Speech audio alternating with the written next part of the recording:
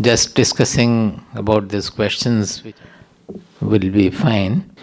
I will try to make it as simple as possible without compromising with the profundity of the subject or the reality, the real knowledge. To make you a little relaxed, because you must be scared of our dress, and whenever a sannyasin comes, I don't know whether it is the first time you are facing.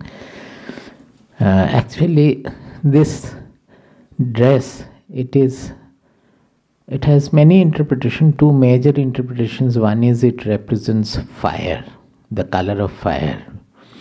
Generally, the knowledge we call jnanagni, that is the knowledge fire.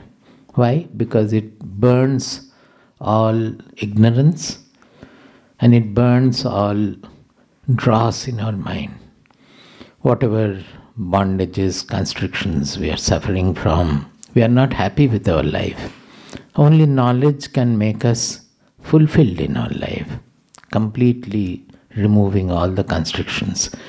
So being children, you should not be averse to knowledge.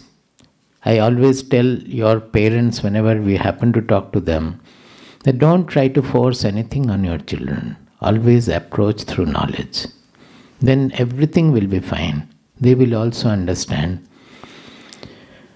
We should always approach, because we are born with some enquiry in our life. When we are born, we have a lot of enquiry. That is why as baby we try to taste everything. That is our probe. The first probe we have is the tongue after the eyes. So we taste and see whether it is eatable or not. We start with that kind of an enquiry. So in most of the cases we suppress the enquiry by our bringing up. The parents or the school, the studies also, it is so much artificially oriented that we suppress the enquiry and we become like machines, more or less like machines. That should not be done. We should encourage enquiry and we should always approach through knowledge. If the children, I always say, they don't want to go to the temple, why are you forcing them? They need not go to the temple. You can explain what are the benefits you had going to the temple, if at all. And by that, if they feel that it is necessity, it's a necessary, then let them go. Otherwise, wait till they come up. Another thing we should understand, that as the generations are further and further generations are coming up, the intelligence quotient is increasing and they are handling a much variegated society than we did. In our this kind of age, we did not have a single mobile phone. Is it not? So they, from birth, they are seeing so many varieties, so many things. Internet was not available. They are open to that also through TV and all. So we should not compare with our life fully with them. We should understand their problem. Suppose in life we have to always have our willpower to not to become slave to anything. That is, suppose something is sweet or very tasty, but we know that it is harmful for our body. We have to work our willpower to check and balance, to not to take, not to overeat, not only be attracted to chocolate. Those were there in our childhood also too.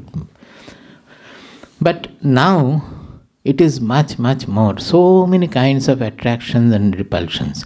So the world in which we grew up, it is entirely different from the present generation. They are growing up in the world. They need much more knowledge power to handle and walk on the auspicious path, walk on the proper path.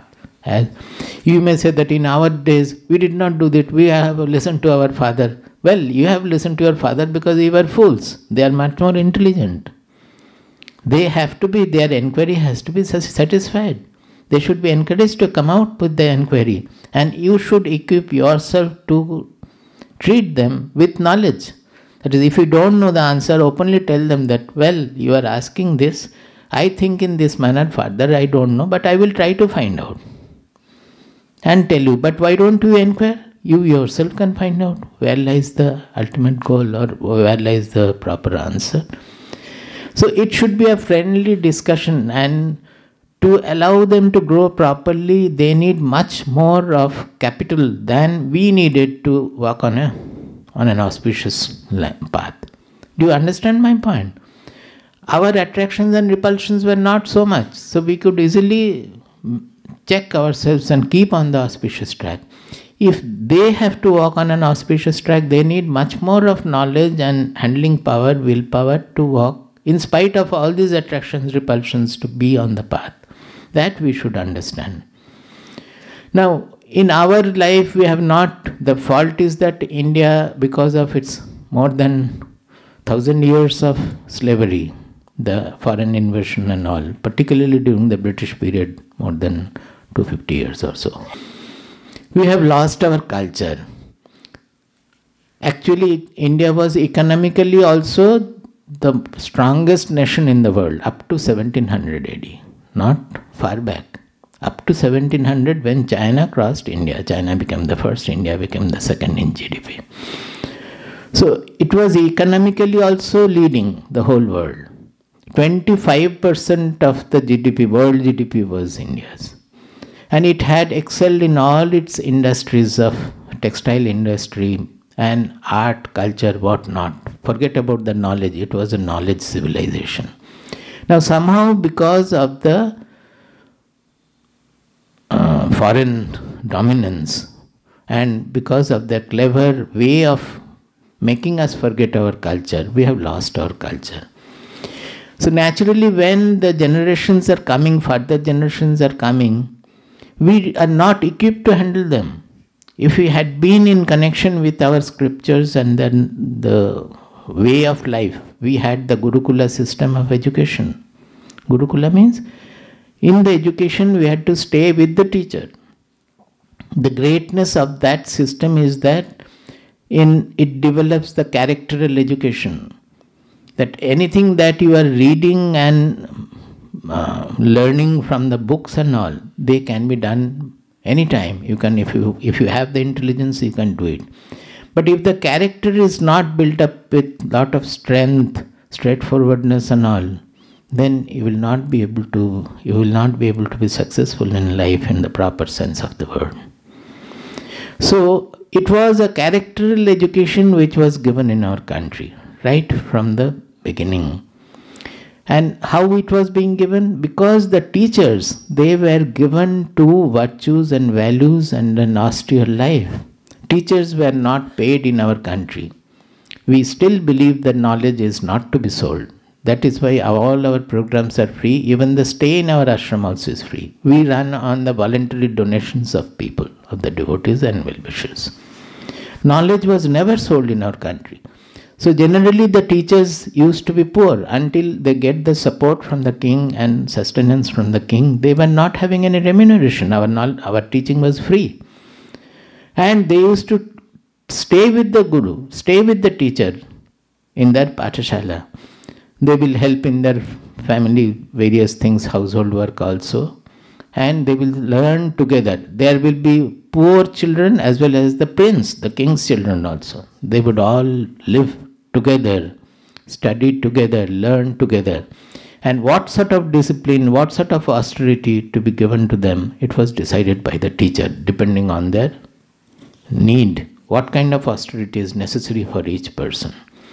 So such a system used to develop the real character of our people with which they could do anything. Thereafter, after passing, graduating through the Gurukula, there is to be a Samavartana or convocation in which they would select which line they will go, whether they would go for earning, whether they would study further to become further teachers. All those decisions would be taken there.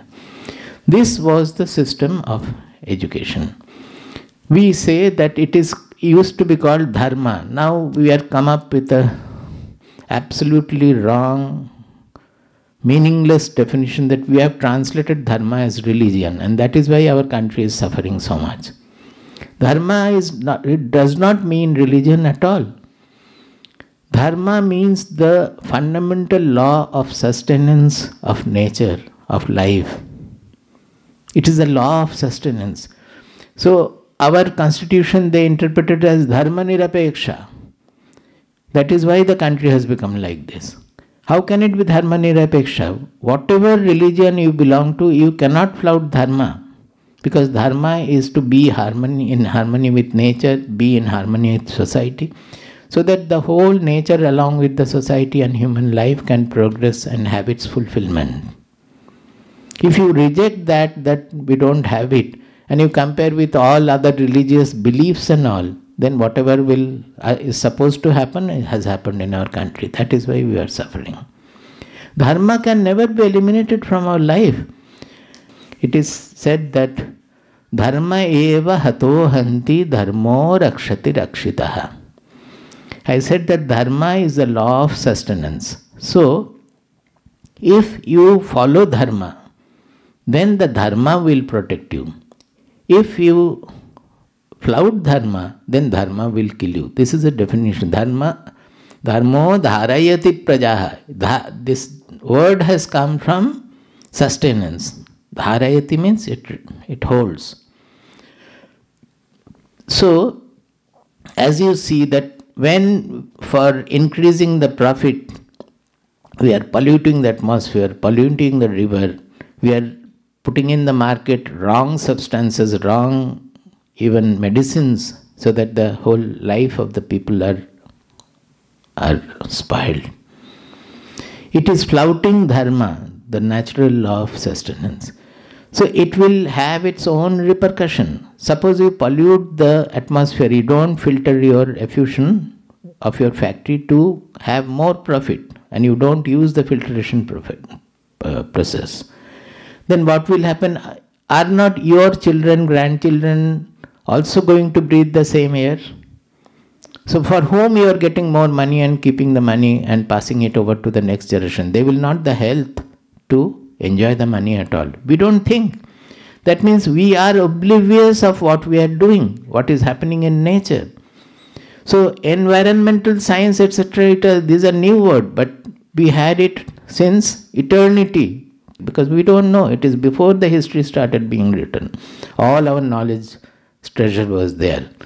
More than 5,000, 6,000 minimum, 10,000, 20,000, we don't know because it is prehistoric. This environmental consciousness and overall awareness was ingrained in the society, which we have lost, and we are now suffering because of that.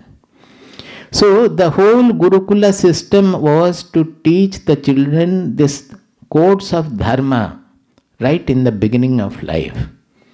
They would know what is to be done and what is not to be done, how to live in harmony with, and their lifestyle also was in harmony with nature. They were living in harmony with nature, not in completely segregated concrete structures where you were cut off from nature. Their practices, daily practices, were all in harmony with nature. So, I don't know whether some of you might have heard that our dharma has got a fourfold phases. That is, we call it dharma, artha, kama, moksha. Purushartha it is called. Fourfold Purushartha. Dharma means first you learn how to live in harmony with nature so that our life will be sustained in a proper manner, we will reach a proper goal in life. Then comes Artha. Now these four are not separate entities. The fourfold we are saying because it is interdependent. When it comes to Artha means we encourage that in our life we need some money and property to live the life for our need, to meet our needs.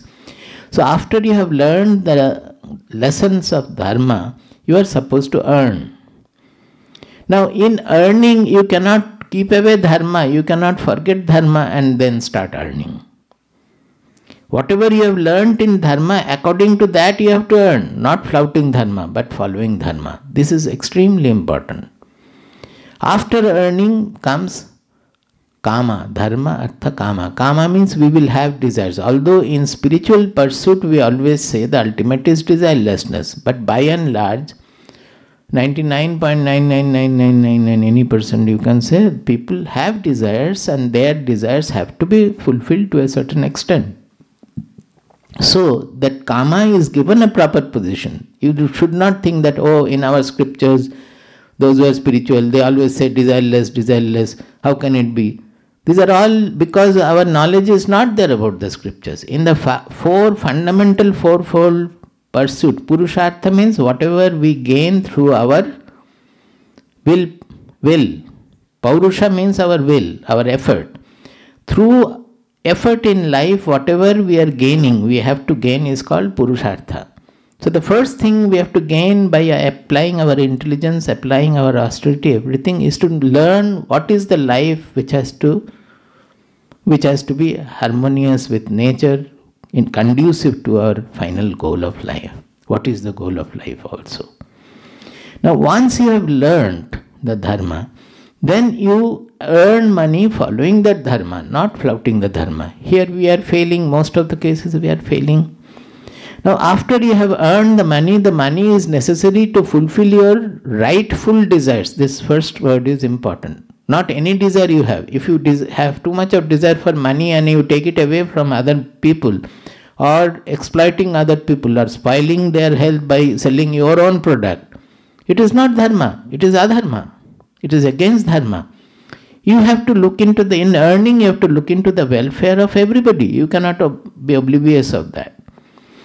So karma has a role, an important role in life, and it has been given a proper position. But this rightful desires is very important. In fulfilling our life, in fulfilling our desires, when we follow the dharma, what happens is that we can very soon outlive our desires. This is a great secret that we have forgotten now. Even in sexual life also, they have so many codes given that if you follow that, properly live a married life, you will find that within 20 years or so, you will be 20-25 years, the person is supposed to outlive the sexual desires. That is why in our country at the age of 50 or maximum 60, they were supposed to walk off for Vanaprastha, leaving the family on the next generation. They were not interfering with that we have to bring up the grandchildren also. Now we have to bring up the grandchildren also. They were supposed to go away from the son and daughter-in-law, daughter and their family. They have all grown up. They have to have their own family. They should grow up in their own manner. They should build up. Because they have already given the lesson of dharma to the next generation, to their children. They have learnt it and they have to manage it. Even the king will appoint somebody as prince and leave the throne and walk away. Dhritarashtra was not leaving. So Vidura had to left and right scold him, saying so many things, bad things, make him go out of the palace. Finally they left. So that was the practice. Because if you live the life, fulfill your desires properly, following the codes of dharma, you are bound to outlive that. That is true of anything. Even in earning also, unless you become slave to money and you start hoarding money, after a certain time you will feel very fulfilled. You will be happy with the money and you can outlive that I don't want more money. I can carry on with this and I will do something for the social society. That was the greatness of this Purushartha code, that we could easily move from one level to other level and finally lead a liberated life. Dharma, Artha, Kama, next comes the moksha. Moksha, the common misunderstanding is I will not be born again in this world. These are all, what shall I say, that elementary religious connected something which has not been properly digested also. They have some meaning, I don't have time to discuss all today. But truly speaking, moksha means wherever we are finding bondage, wherever our mind is not able to feel the freedom, there we will start feeling the freedom. Suppose I want to become good, but my mind, emotion, they are not allowing me to become good. So, we have pursuit which will allow us to become whatever we want. so that we are outliving the desire to become good and we will become good. We outlive that. In any case, whatever our desires are, we can outlive that by following the course of Dharma. That will lead us to natural process of liberation. So, like that, our stages of life was also, first was the Brahmacharya, where we learn the Dharma. Then applying that Dharma, we earn Artha, that means wealth, we earn money. With that money, applying Dharma, we lead a married life or family life, fulfilling our Kama or desires. And when all these are done, then we work for liberation and outlive all that we have done. So fourth phase, you just work for liberation and get liberated. Now, I started with this dress, color of the dress. This is, I said it's a color of fire. It means Jnanagni, or the knowledge fire, because this knowledge will liberate us from all the bondages. As fire, when you put anything solid in fire, it all is burnt into ash, it becomes all one. And some are gaseous things.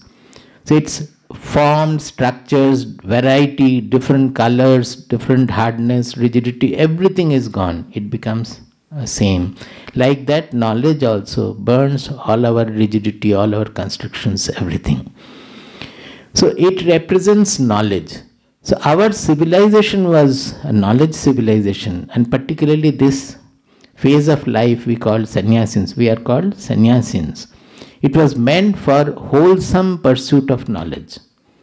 It is not for doing puja or homa or yajna or anything. We are not supposed to do.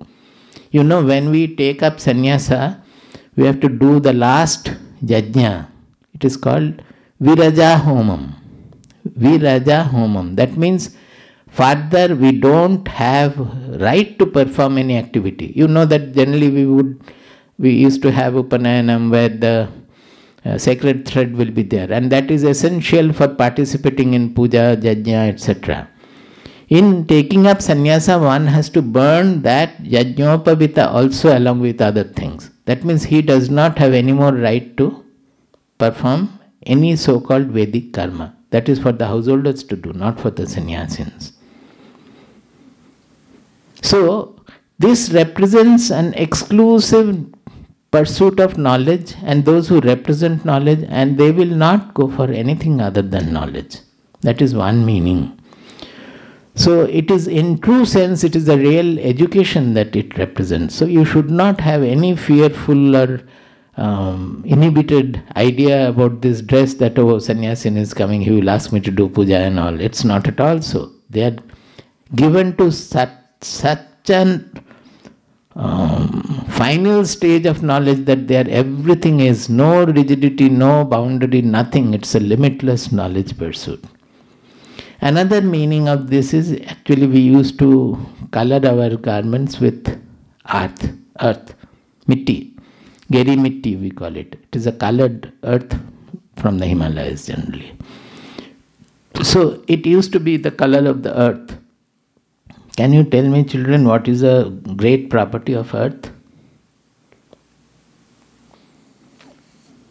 It is patience, tolerance. See, if somebody slaps you, he will give a return slap, is it not? Your friend, if he slaps you, you give a return slap. If he abuses you or she abuses you, you will give return abuse, is it not? But you do so many wrong things on the earth. Does the earth ever fight back? Because we dig huge pits, we stop its water flow, make a huge dam. We do mining, take away all the wealth from the earth. Has it ever fought back? No. We can also be like that. That when somebody is abusing, we need not fight back. You think whatever he is saying, if it is true, then he is pointing out my fault. Should I not thank him? That yes, what you are saying is right. I have done that mistake. I will try to correct it. Suppose it is not so, it is wrong. What he is saying, you have not done, it is wrong. Then why should you worry? It is his business. Why should you get annoyed by that? He is saying something wrong. You tell him that no, it is not true of me. So I don't bother about it. But why should you get agitated? Why should you fight back? You get the point? Yeah. Will you be able to do? Try now, you have to do. So, this tolerance is a great property of the earth. Sometimes you may say that, oh, when we do that, when there is a huge dam, there is an earthquake, so earth is fighting back. Actually, earth is not fighting back. It is a natural response. Suppose I put 100 kilogram on your one shoulder. I put a burden of 100 kilogram on your one shoulder. What will you do? Will you be able to hold it? No, but you might be, say 60 kilogram. What will you do? 60 you should be able to. Otherwise you do more exercises. See, will you not bend like this to hold it? That means to hold that disbalanced load, you have to adjust your balance. Otherwise you will not be able to. So if you suddenly put huge water reservoir on certain position, the earth has to balance its load properly. To keep on the orbit properly, having the proper motion and all, it has to balance. For that, earthquake is readjustment of the inner weight distribution of the earth. So you cannot call the earth is fighting back. It is a natural repercussion of what nonsense we have done. It's not the earth's fighting back. Do you understand this point? It is its natural response. We have been wrong in putting suddenly a disbalanced load in some place. And we are responsible for that, not the earth. So the tolerance, even if you pass tool on earth, will it tell that, no, you are dirtying me. As you are saying, earth has got the dirt. But when you dirty the earth, it doesn't say anything. Your municipality will say that, no, catch hold of, you cannot do it here. But earth doesn't say anything at all. So, we are like that, we are also not supposed to fight back. Suppose you tell me all abusive languages you used, I will only look into it what you are saying, whether there is any truth or not. I will not fight back. That is a code of sannyasa. What are the codes? One is to always, it is called jnana nishtha. That means absolute dedication to knowledge. Never budge from the knowledge. Another is tolerance, that whatever may people do, we should not fight back. We may fight for the society, that is different. Suppose there is a social wrong and we have to lead a movement, that we will do very powerfully, but not on personal account. These are all to be understood. As you grow, you will understand. I will come to the questions. The first question is, what is spirituality? Now the spirituality is an English word. Our Sanskrit word for that is Adhyatma Vidya. See, in English, spirituality is used for ghosts and many other things also. Originally, it was being used. So, we have to understand when we are using the language, spirituality, English language, we have to understand our terms. What do we mean by spirituality? Our Sanskrit term corresponding to spirituality is Adhyatma Vidya. Adhyatma Vidya means our knowledge. Adhyatma Vidya is called spirituality. Now, what is this Adhyatma Vidya? We have to understand. Very simply, you can say that it is about our inner truth and all. But if you want a solid answer, in Bhagavad Gita, it's 9th or 8th chapter, 9th chapter, no? Krishna is defining Adhyatma. Arjuna asked, and Krishna is defining Adhyatma as Svabhavo Adhyatmam Uchyate. Uchyate means is defined as, it is said. Svabhavaha is Adhyatmam. That is, Adhyatma or spirituality is defined as Swabhavaha. Swa means the self. That means whatever we do, there is an I sense in us. Is it not? Any of you say that, no, I don't have the I sense? Even when you have fainted also, getting back, you say, I fainted. That is, at that time you did not know anything. You will say that I did not know anything. But that I was there still. So that is called the Swa. Swa means self. In Sanskrit, Swa means self.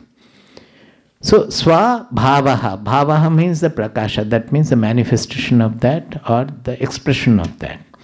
That is how this, our real self, the real identity, that I in us is expressing. Now, those who are given to studies, for them particularly, this swabhava are two. One is that what we understand in Nirvikalpa Samadhi or Samadhi, that self, which we call self-experience or self. That is same for everybody, because that is not body, that is not colored by body, mind, personality or our nature or anything at all. It is independent of all that. That I is the observer of our body undergoing a change from childhood to old age. That is the observer of our mind. The mind was unhappy yesterday, today it is happy, etc. Changes are taking place. I is knowing that. I is revealing that mind. It is the observer of the intelligence. It is the observer of the emotion. This I is revealing everything out in the outside world as well as the inside world. So it is the observer of anything. It is not colored by any of the personality coordinates. Do you understand this? That real I, the consciousness, it has none of the personality coordinates. Your I, his I, her I, there is no difference at all. I is only one, transcendental.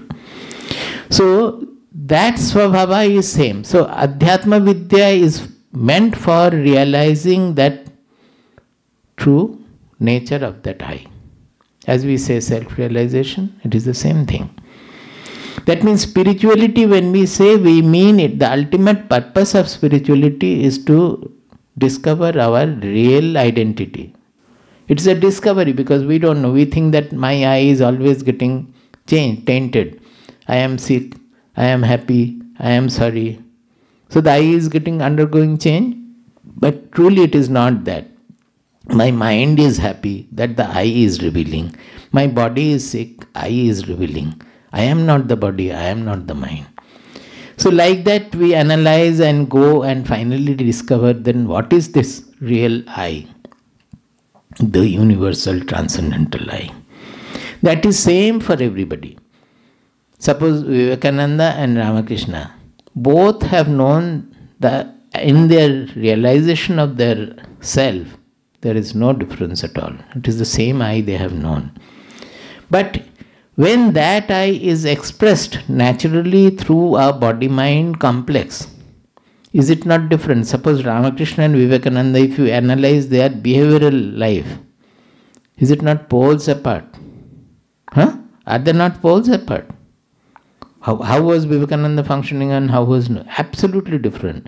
Like that, each saint will have a different activity, different expression of life. Each saint will be, no two saints will be the same. Everybody will be different. Because it is the same I which is manifesting through the body-mind complex with the qualities of the body-mind complex. Is it clear? Are you understanding?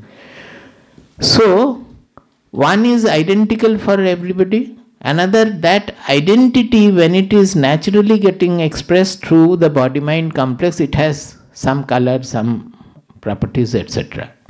That is also called Swabhava.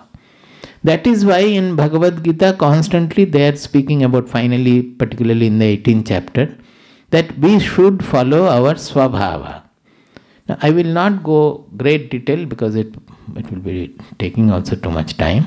Just one example, that we flout our Swabhava and there we flout our Dharma also because of some greed, desire, etc. Suppose a person, a child, is exceedingly good in art and culture, is given to art and culture, music or so. But when she is studying in class 11th or so, because there is more money and position also, here it is only money, I think, earlier IAS and all that position also is important. Being aspirant of money, she will not pursue the art and culture but take to IT and become an IT professional. And then suffer that I am getting burnt out, I am stressed, I am this, I am that. Who asked you? You could have pursued your whatever you are meant for. You could have pursued music also. It is the wrong in our society that we don't give equal value to everything. When the society is honoring everything with equal value, then you are free to pursue whatever you want. In our time, when I took to research and all, at that time, research or teaching was extremely underpaid. So those who after post-graduation took to bank or civil service or so, when we joined after PhD, this is another 4-5 years of studies, when we joined the service, we were getting 1/10 of their salary after getting so much of education also. That was the state. It is an improper way of handling. That is because of the government also, the country's condition. Now things have changed. So suppose equal salary is given to whatever you, either you become a civil servant or a bank officer or you pursue research, more or less the salaries should be at par, or the corresponding honor position, everything should be at par. In that case, you are free to take up whatever you are doing. Like that, the artists also should be compensated properly. They should have the option to take their pursuit. So that was the reason why our country excelled in everything. You might have heard, the children may not know, unless you tell them they will not know how much excellent they were in our Dhaka in present Bangladesh. They were preparing muslin, a kind of a cloth. So they presented, seeing that it was presented to Queen Victoria. The muslin could be packed in an elaichi cover, that is what you call cardamom cover. It could pass through the ring of the finger. When the queen saw it, he understood that if these people live and produce such textiles, our industrial revolution produced whatever cloth and all, it is not going to be sold anywhere. So she ordered that all their thumbs should be cut. And it was cut. And special taxes were put on all our producers so that the materials imported from London, from England, they were taken by the people because our produce will be taxed very high, so they would not be able to sell. To allow people to grow according to their own tendencies, according to their own swabhava. So we are not following swabhava because of some desire for money or prosperity or something or other, it is spoiling. This is what Swadharma, Swakarma, Swabhava in Bhagavad Gita. So spirituality, the term as Adhyatma Vidya, it encompasses this whole. The first thing is our real identity, Swa, that I, that self-knowledge we say. That is one. Another is that what will self-knowledge manifest in life? How it will work for a person? It will make the person natural, not artificial. His all desires will go and he will just do whatever he is capable of and whatever is needed to the society, naturally whatever comes. So he will become absolutely a natural person. Like a child, he will go on working in the world. This is what is meant by spirituality. So it must be going against all your idea about spirituality to going to the temple and worshipping the Lord. No, not at all. A person can be much more spiritual if he is following this code of conduct, code of life, without even having any faith in God. It doesn't matter. He is more spiritual. We will come to further questions which will elaborate on it more. Does spirituality differ for kids and adults? Spirituality does not differ. As I explained, spirituality is this. Now the practice will differ for kids and adults.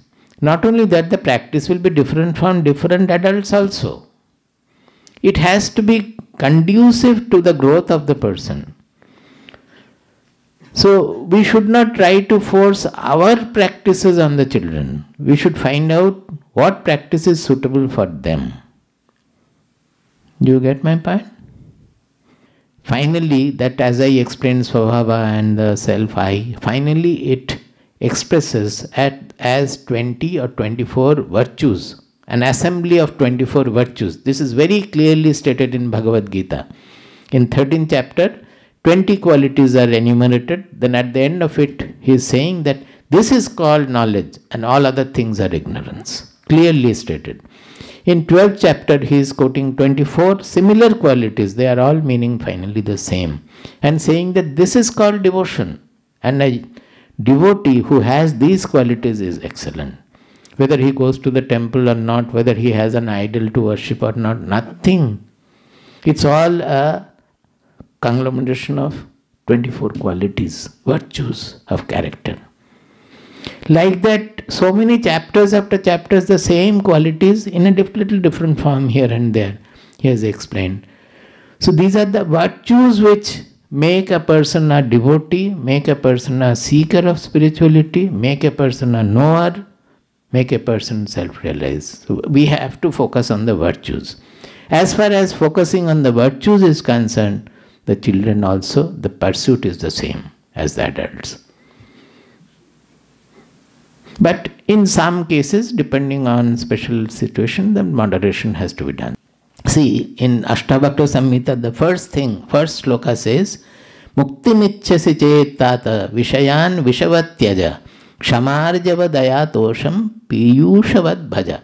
The first one, vishayan vishavatyaja, you may keep it for the timing because you will not like it. Vishayan vishavatyaja means you renounce all the objects of indulgence and enjoyment like poison. It is not so actually. Why is he saying? Because in enjoying the world, we become slave to the world. They are only saying this slavery has to be renounced. World has to be there. Wherever you are, you will eat. That means you have to have the Vishaya. You cannot be without the objects at all. Wherever you go, even if you are in a forest, you will need food. So, Vishayan Vishavatyaja means not, it doesn't mean that you have to leave everything, leave the fridge, leave the air conditioning, leave the house, walk on the street in cold. It is not at all so. In our life, we should not become slave to all these things. That is what he is meaning.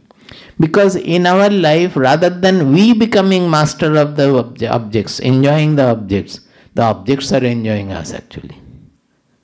You understand? We become slave to the objects.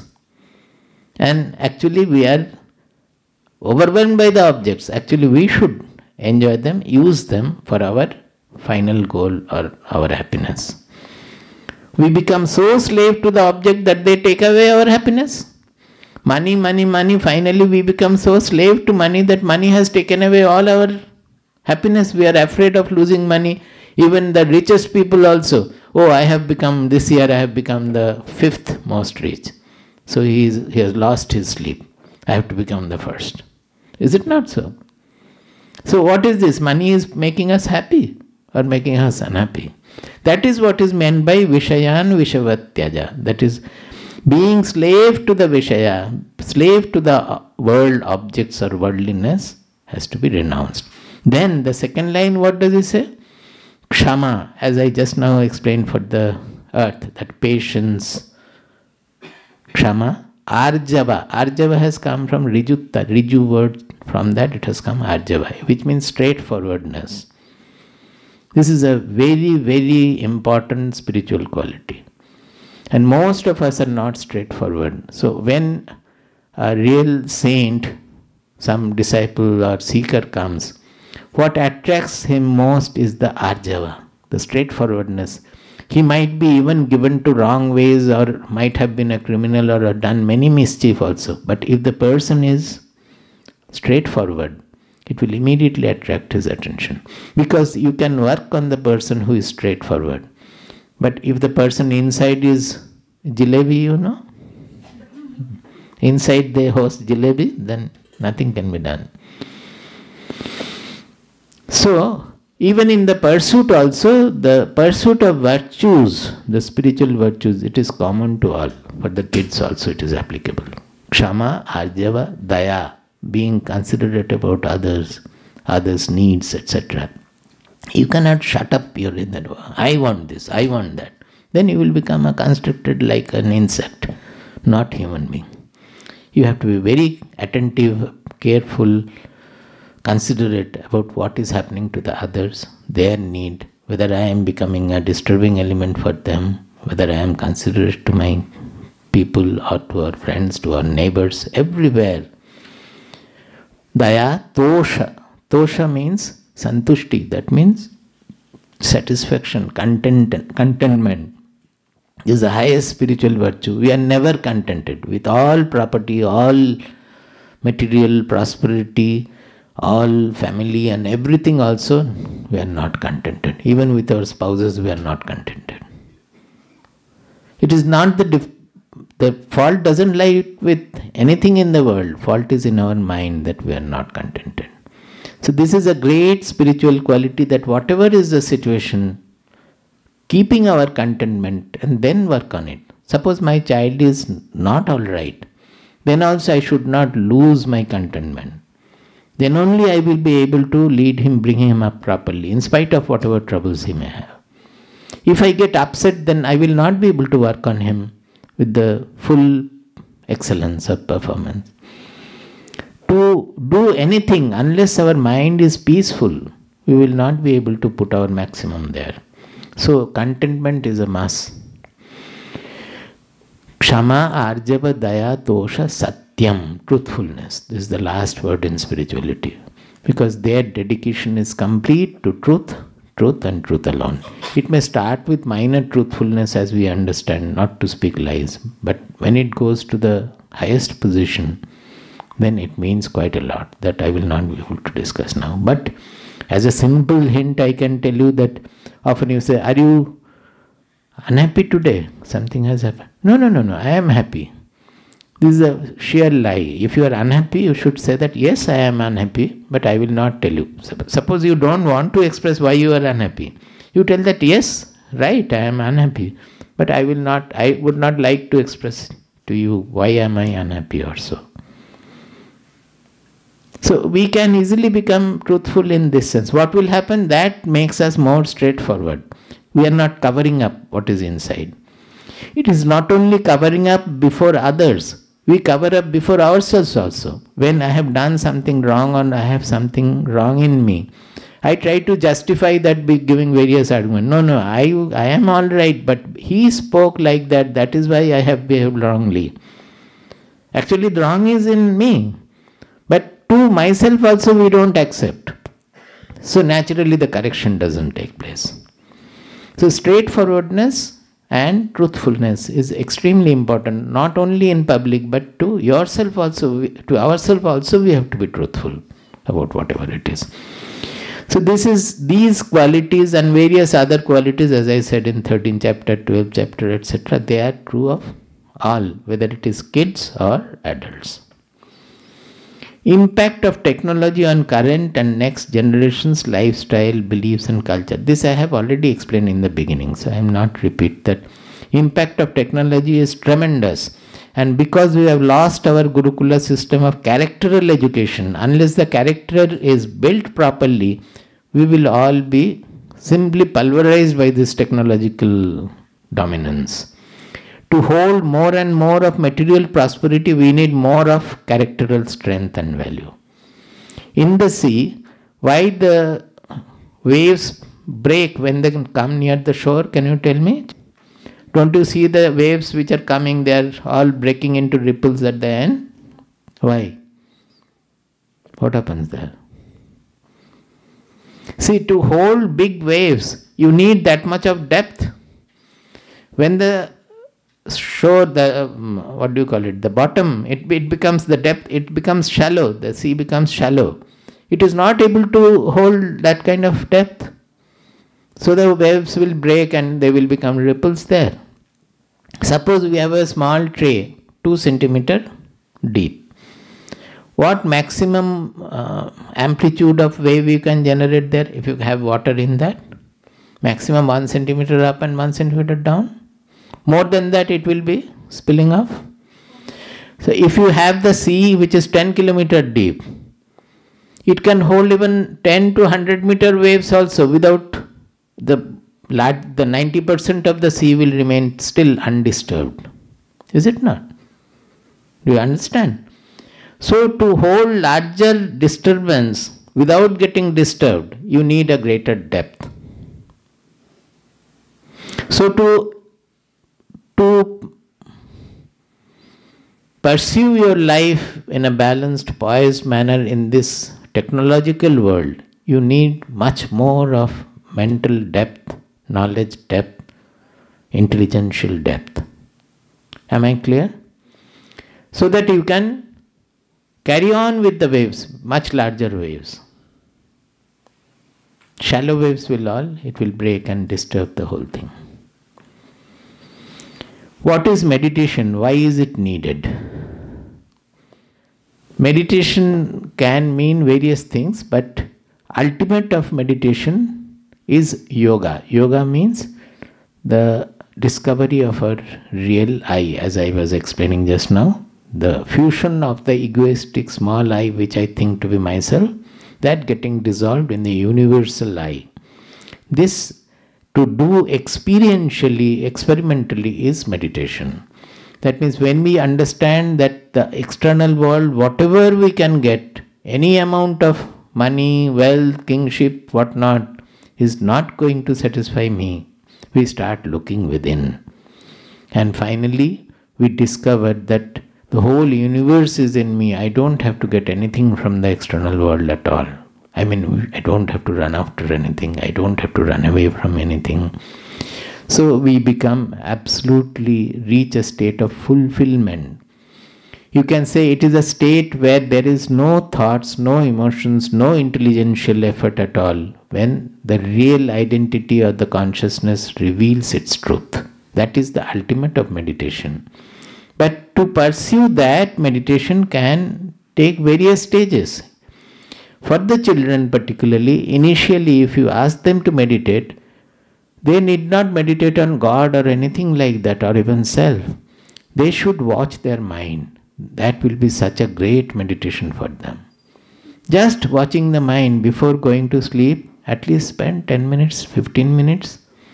Just if you think about whole day, whatever you have done, just recapitulate, go through the whole from morning, whatever you have done, something you have done wrong, something you have done very good. Just have an account of all these things.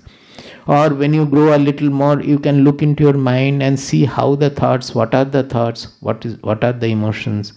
That will be a great revelation. If you really do it, nobody will have to ask you to do it again, because it is so interesting to discover what is there in our mind. So many gold mines as well as garbages are remaining inside. It will all become open before you. So it's such an interesting journey, a pilgrimage. So watching the mind is very important for anybody, because we always our focus is always on the external world. Never we look within and see what is there inside. So that can also be meditation in the initial stage. So why is it needed? Means it is needed to have an idea about our own self, our own personality, what we are and what the world is. Everything will be known much better when we look within. Are there alternatives for meditation? So you don't want to do meditation, that is why you are looking for alternative. When there meditation is there, why not do it and see what is there? What is devotion? What is the role of devotion in spirituality? Is it necessary to be devotional to be spiritual? Devotion means an emotional intensity or emotional association. Don't we say that he is devoted to his work? In actual religious spiritual practice also, devotion means the same thing. It is an emotional association. Suppose you study the scriptures, you study the Bhagavad Gita and all, but there is no emotional association. The words are not speaking to you. They are not transforming your mind. They are not purifying your mind. Then there is no devotion at all. Devotion is missing. So whether you are a pursuer of karma yoga, jnana yoga, dhyana yoga, whatever you may say, without emotional association, if you do anything, then it is purposeless. People go on chanting mantra. That guru has given a mantra and they are going on chanting. 40 years have passed. What has happened? Nobody knows. We never question that, have I advanced towards God, or has God come closer to me? Has any change taken place? No. See how we are indiscriminate. In food, suppose you are going on taking food, something, and your hunger still remains the same. Will you not question the food? Will you go on taking food for 5 days like that? But in this case, years after years, yuga after yuga are passing, you are doing the same thing without looking for any effect in it. This is why our religious practices also do not produce its result.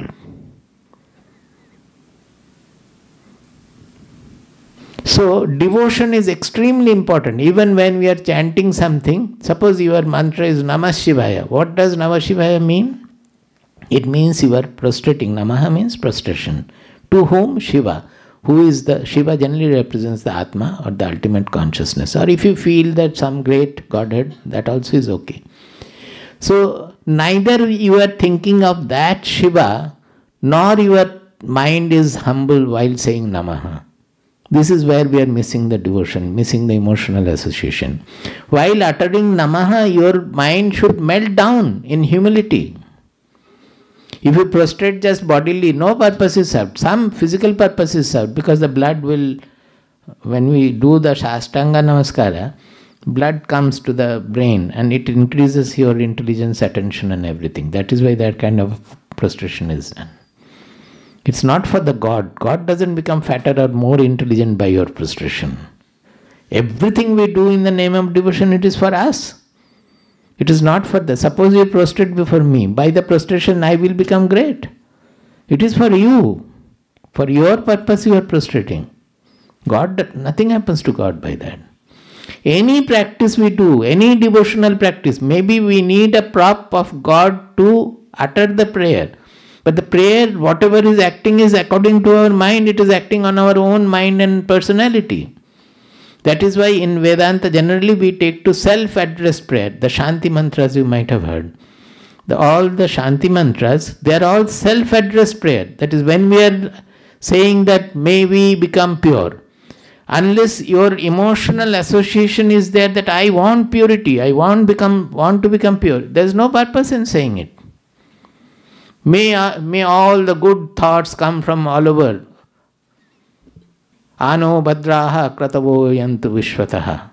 When we are saying, you go on repeating, nothing will happen unless you have the emotional association that you really crave for all the good things to come from all over and enrich you. When you think like that, pray like that, automatically if you call for purity, purity will dawn by your own force of mind. You may use it as a prayer addressed towards Lord or to the ultimate truth or to Om or to Brahman or anything. It is finally your devotion of the mind that matters. That is your emotional association that matters. The more you are emotionally associated with the pursuit, the more will be the benefit. Is it understood? It's very important. We should not do anything unnecessary. The life will be simply spoiled. I mean, spoiled means it expended without giving any result. So devotion is absolutely important even in knowledge pursuit also. Without that, the knowledge will not work. In 18th chapter, you will find that Tato Mam Tattvato Jnatva Vishate Mam Anantaram. There you will see how Krishna is saying that Bhakti produces knowledge and knowledge becomes powerful by Bhakti only. Because even in Viveka Chudamani, Shankaracharya says that the devotion for a pursuer of knowledge is with what intensity he is looking for the self. He is not looking for God anywhere in the yonder sky. He is looking for the self. But with what emotional association, with what intensity he is looking for it. That is the devotion in him. So devotion is the emotional association or emotional intensity with which we do anything. It is essential for everything. Otherwise the life will become purposeless. How do we deal with our own health issues and aches, since it seems to reinforce our body identity? Yes, but if you don't look after your health, body identity will be more, because the knee will pain, your mind will go to the knee. Here two things are there. Get the body, whatever necessary for keeping the body fit, we have to do. The care taken for exercise, or if medicine is needed, medicine, going to the doctor, everything has to be done. So that when we pursue, the mind should forget the body. It should not be there. Another is that whatever the bodily condition, we have to live with the cheerful mind. That is within our hand. Suppose one night you have not slept. I have found that it is not so much the lack of sleep which bothers. That I have not slept, that I have not slept disturbs us more. Is it not? So I have not slept. What is there? Tomorrow, when the time comes, I will sleep again. Forget about it. You will find that half or even 90% of the tiredness or whatever you are having, it is all created by our own mind. Do you agree? So, body will have its fate, but particularly after a certain age, you cannot have a very healthy body. Rarely we can have. So, we have to live with the health of the mind, the mental health. Then we will forget the body to the extent necessary. But look after, we have to look after the body, otherwise it will pull our mind. How do we deal with pain or death of a loved one? See it in a wholesome manner that death also is part of the, if everybody only lives, how can we stay in this earth? What will be the population? If nobody dies, what will be the population? So death is part of creation. As I explained the other day also, the whole creation is moving by causality. Birth as well as death. And between birth and death, all the changes. This is also death of the cause and birth of the effect. Everything, all change means death of the cause and birth of the effect. It is part of nature. Generally people grow old and die, but there are exceptions also where we will lose the young ones. We have to accept it as a variety of nature, have a comprehensive vision to it. We can shed tears, but we should not be impatient or anything there. How do we deal with our guilt and helplessness when parents back home are sick and need our attention? When lack of leave, caring for our family here, or own health issues prevent us from being there for our parents. This will always be there. We say that to live, we have to be truthful, open, and also we have to go beyond contradictions. That is, we have to live with contradictions. Why did I say truthful, open? Suppose we have to look after somebody and we are not able to. We should openly tell him or her that I feel hurt that I am not able to do this much. At least your speaking openly will help the person to overcome many things mentally. If you keep shut up and think that a guilt feeling, you will also not be happy, they will also not be happy. Everything cannot be done. We can explain to them openly. Here also approach to the knowledge is the best. Suppose you are working even in India, not in foreign country. Suppose you are working in Bombay or so, and something is happening in Kerala. Sometimes you may not get the flight ticket also. It may not be available. But you can tell that you are having such difficulties, that am I not supposed to look after my wife and children, and am I not supposed to work so that I have enough income? If I could come and look after you, it would have been better. But this is the demand but I will try to look after you to the extent possible after managing this also. And sometimes there also we have to sacrifice something. The question here is to have the full consideration for others, not to hide anything, and having an open mind in helping them and ready to sacrifice also. In many cases we are not ready to sacrifice. Even our going to the club or the health or the film or anything, we don't want to sacrifice, giving the excuse of my wife wants. Why? You explain to wife also that today we will not go. They have to be looked after and they will be happy if I spend some today is holiday, we will spend some time with the parents. It is all depending on our mindset, our consideration from the people, and our openness and straightforwardness. If we do it properly, everything will be fine.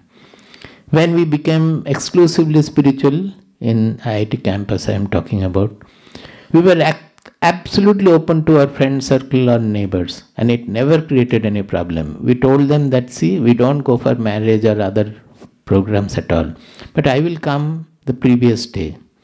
I will spend some time and go. I don't come for food or anything, we don't take outside. And we used to tell them that whenever you need, we will not be able to participate in the usual club or gossiping, whatever is taking place. We don't have time because institute is there, our pursuit is there. But whenever you need anything, you tell us, we will try to do that. It made such a lot of difference. We did not have any problem at all. It is a question of our heartiness, our feeling for them, our considerateness, our consideration for them, and our being open and truthful. This openness I would ask all of you to practice in your family life, in your office life also. Office life also. Yesterday I was saying that boss is pressurizing you. One girl, I told that you tell tomorrow, go to the boss and tell that, see, this is my extreme peak of performance. This is what I can do. If you pressurize me more, my performance is not going to increase. It is going to only decrease and hampered by this. If you want it, please accept me. Otherwise, you send me away. I am ready to leave. You have to be ready to leave also. Suppose he says, no, I don't want you, in that case, you leave, you look for some other job. That much of strength has to be there. Truthfulness has to be there. But it will not happen. You will find the boss has changed. If you are truthful, if you are open and tell him like this, he wants maximum performance. Beyond that, I will get mad. What is the point in destroying me as well as your company? We have to be open. In family, you will find that the 90% of the problems will go if you are open before your children, before your spouse, before your other relatives. Most of the problems will not be there. Who is God? Why do I have to believe in someone I can't even see or interact with? When such a question comes, naturally you have to become slowly spiritual. If it is not just an argument, if it is an enquiry, you will find that, yes, whatever I have been thinking about God, like that there is nothing. Actually, you cannot say there is nothing also, because you cannot prove that there is nothing like that. But you will, whatever we have to be interested in, that you will find out. Why do we think about God? Because in this objective world, everything is following cause and effect chain. Is it not so? That feeling of cause and effect chain, the causality, that's called causality. That feeling of causality makes us ask, what is the cause of the universe? Who has created this universe? Now, if God has created this universe, then our inquiry will ask, who has created God? But if a child, if he asks, he will give a slap. No, it is a genuine question. Who has created God? So finally, when the question dawns, we come to the conclusion that this logical causal chain is never going to take us to any absolute. So what is beyond this causality? This causality is in the objective universe. The whole objective causality is resting on my consciousness. And that consciousness is not under this objectitude at all. It is a revealer of the entire world. So other than this causal thing, only the consciousness is there in which the whole universe is appearing to be. The question is, a believer and disbeliever, we say. We correct that statement also. One is believing in his concept of God, because this concept of God also will be different in different minds. Is it not so? It is my concept of God. You cannot say that it is the same concept of God in others. It will be different. So we believe in a concept of God, and some others, they are not disbelievers. They believe in the concept of no God. Do you get the difference? They believe in the concept of no God. So when you inquire, then you have to outlive both the beliefs. You have to outlive all that. Both the believer in God and believer in no God, can they disbelieve their own self? Who is believing? Who is disbelieving? That I is there for both. That there, both of them are sure about it. If I prove that you are not, are you going to accept that I am not? You will not accept. You will say that logically you may say like that, I cannot disprove, but I can prepare some other logic to prove that I am. But the fact is that you know that you are. Why should you accept it? So that I is going to replace the concept of the God finally. When we really start that experiment, stop looking outside for any yonder sky God sitting in the heaven or so. Start looking within. We finally discovered the ultimate truth is what we are calling as I. We are suffering because we think that that I is small, encapsulated by the body-mind complex. It is always becoming sad, fearful, depressed, etc. It is not at all so. It is not touched by anything at all. It can withstand the destruction as well as creation. Everything it can hold. The greatness of the I will fulfill us. And that is the God. In Bhagavatam, which is one of the devotional book, not that way knowledge, but it is exclusively a knowledge book also. It is one shloka is there, Vadanti tat tattva vidaha tattvam yajnanam advayam brahmeti paramatmeti bhagavaniti shabdati. It is a devotional scripture, Bhagavatam. He is saying that the knower of truth, they say that the truth, ultimate truth, tattvam, yajnanam advayam, that ultimate truth is the non-dual knowledge. Is the non-dual knowledge. Non-dual knowledge is when we try to find out who am I. Finally, it is the I. So, I am knowing something, that duality goes.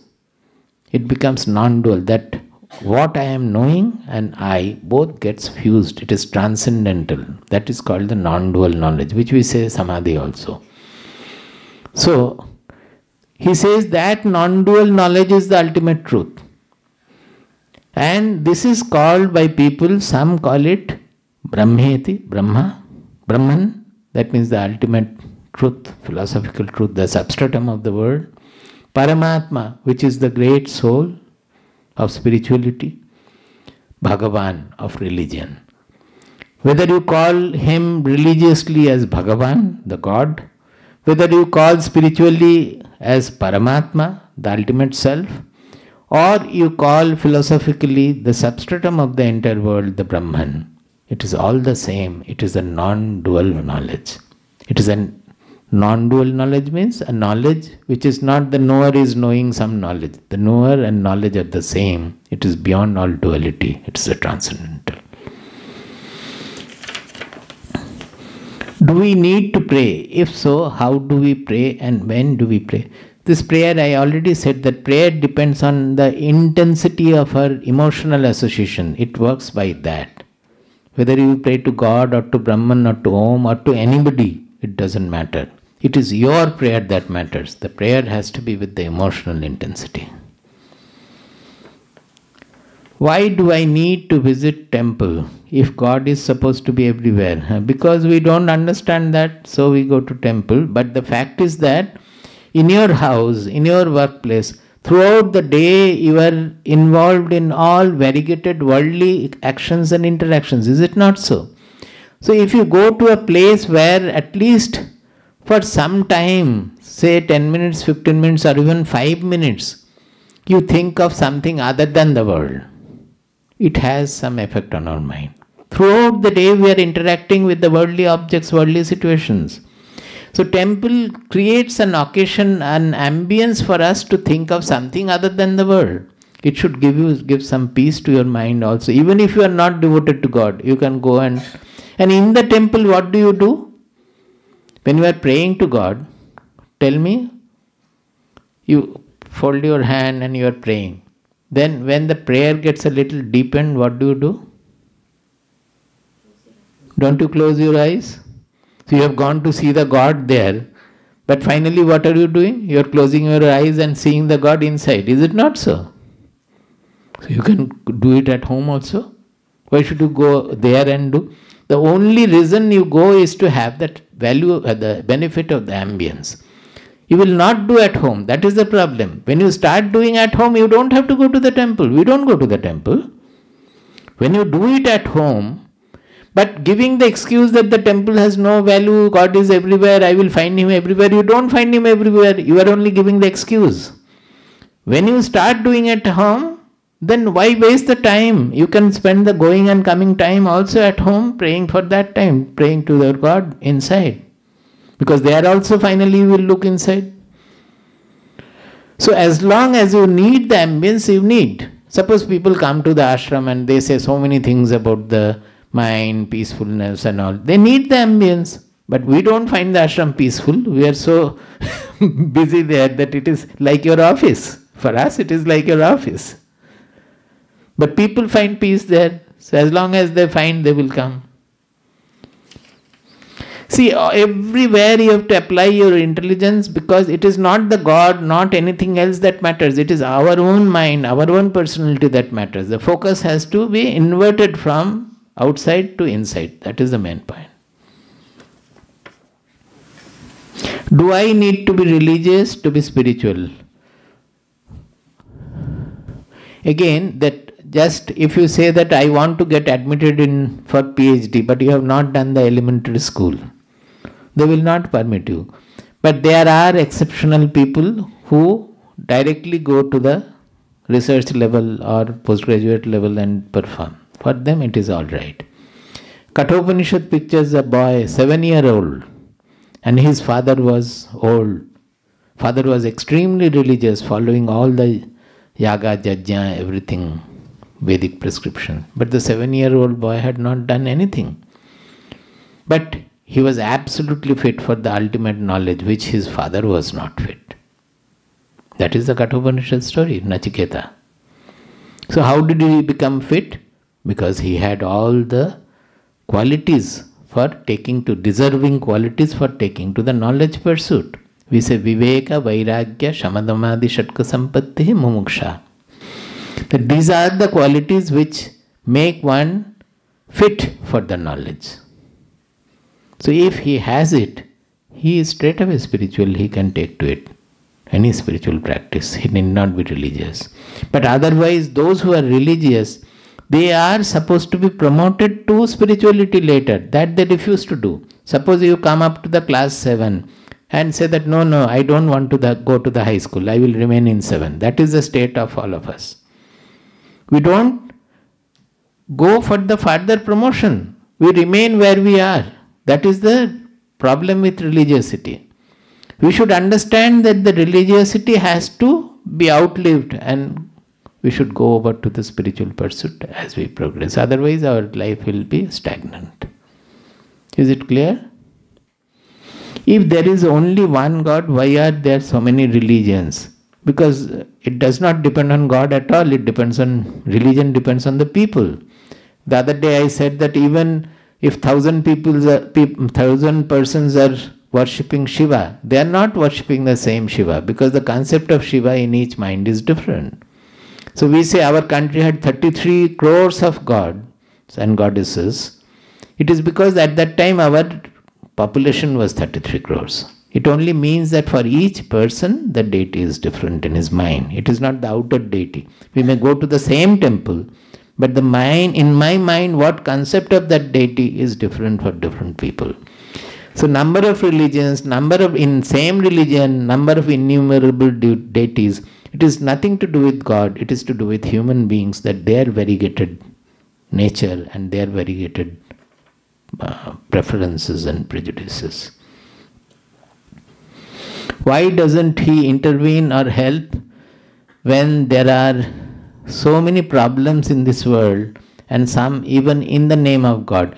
God doesn't intervene because God doesn't think as you do. Whatever is happening in nature or in the world, it is done by God, and he is not bothered about it because he understands that destruction, creation, all are part of his work. So we try to create a God who thinks like us and say that why not God come and sort it out? God doesn't need to sort it out. He knows how nature is progressing. So rather than accusing God for not solving our problems, let us try to think in terms of God. How? By having a comprehensive vision of the world, comprehensive vision of nature. Then we will be able to understand. Say in a shipwreck, 10 people were saved and 80 people and 90 people died. We say that the 10 people were saved by the grace of God. Then by whose grace these 90 people have died? God has grace for everybody. It is part of nature. Something happened because of these people died, and something happened because of that these people were saved. But we always, as our mind is partial, we try to make God also partial. God is not partial. That is why our Gurudev Baba Gangadhara Paramahansa, he told me that after going to all the Tirthas, finally we go to Puri Jagannath Darshana. Jagannath means the Lord of the entire world. Jagatnatha, Jagannatha. Why? Because we have prayed so many things going to this temple, that temple, Devi temple, Shiva temple, everything we have done and expressed our prayers, I want this, I want that, etc. Finally coming to Jagannatha, you find that the deity does not have hands, does not have legs. Even the eyes are also having a abstract look. He doesn't do anything at all. That is the nature of God. He doesn't do anything. He allows the whole nature to work in him. He doesn't do anything. So it is wrong to ask God to solve our problems in that manner. Our prayer can solve our problem if you are intensely willing something to be done. It is the fruition of our prayer which will help in solving problems. Is spirituality to be taken up only in old age? After our family responsibilities, duties are over. You can take up because you will not get any more re-employed or so, then only you take to spirituality. But spirituality has to be taken as early as possible in life. If possible from birth itself, if nature helps you. Otherwise, what will it do? When all the wrong constrictions, the wrong movements have got completely consolidated in our brain and mind and whatnot, it's extremely difficult to purify all that. It is just like the stains have got deep. You have to apply very harsh austerity and all. Even then it will not be. So I'm not saying that for the old ages there is no possibility. It's better late than never. But the earlier in life we take to, definitely it is better.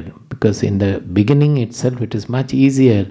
And then it will have its effect on your professional life, in the children who are born in the family, in their bringing up. So it will change the society also as we want. The society to grow spiritual, it is very important. When everything is done, the life work is over, then if we take to, then the benefit will not generally percolate through the genes, at least it will not. Only whatever you speak through that, something can happen. Definitely it has to be taken early in life. Who is a guru? Do we need a guru? If so, why? Who is a guru means when there is a disciple who says that you are my guru, the guru becomes a guru. There is no guru otherwise. Do we need a guru means if you want, suppose you want to learn a language, don't you go to a teacher? A teacher is needed. Why so question about such a, for ordinary lessons also, ordinary subjects also you need a teacher. And for such an abstruse subject which we don't understand, we have not walked the path, don't we need a teacher and a guide? More than that, just accepting somebody as a guru is great because it helps to sublimate our ego. It is the ego that I know everything, I do everything, that ego hinders our spiritual growth. So by accepting a guru, that ego gets sublimated, provided you accept it properly with the proper attitude. Are religious rituals and traditions necessary or are they imposed restraints? It can be either, it can be both. The question is, they are generally coded in our country.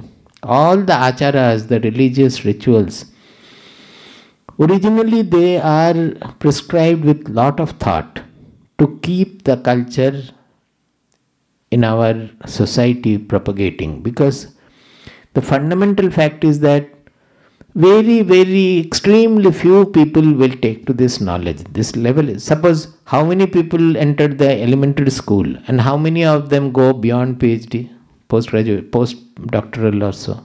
Can you understand? Even in ordinary subject also it is like that. So here also, most of the people will not be able to understand the truth. So some moral guidance to bridle the society, otherwise they will be engaging in wrong things, wrongdoing. How to keep the society on the auspicious track? For that the religious codes are designed. Not only that, our religious codes are all around the fulcrum of this essential truth of the soul, the ultimate oneness of everything, the transcendental oneness. So whenever it gets perverted or corrupt because of social interference and all, it is necessary to change them. You will find in my book, which I have written, if you have read, A Great Association, 50 pages of the book is on social movements, that how things get perverted. The practices in the temples also become perverted, and many vested interest, even the liquor barons, they have a great role to play there. Because if people misbehave, liquor can flow for 1 month, for 7 days, and they make the money by exploiting the people. Kodungalur movement was like that. Ilavur movement, you can read there, it's all described how we can become corrupted. So time to time there should be some saints who will purify the rituals, the practices, so to say. It is not really ritual. It is necessary. Otherwise, the religious becomes a wrong phase of the society. That is, people will not be religious. The good people will leave religion. If the religious becomes perverted, religion becomes perverted, it is holding on to perverted practices, then no good people will take to religious things. So it is the duty of the saints to purify the practices from time to time and make the religion sustained. Some of the things are very good, and when people forget about knowledge also, these acharas or rituals, they keep the structural, the fundamental things still work.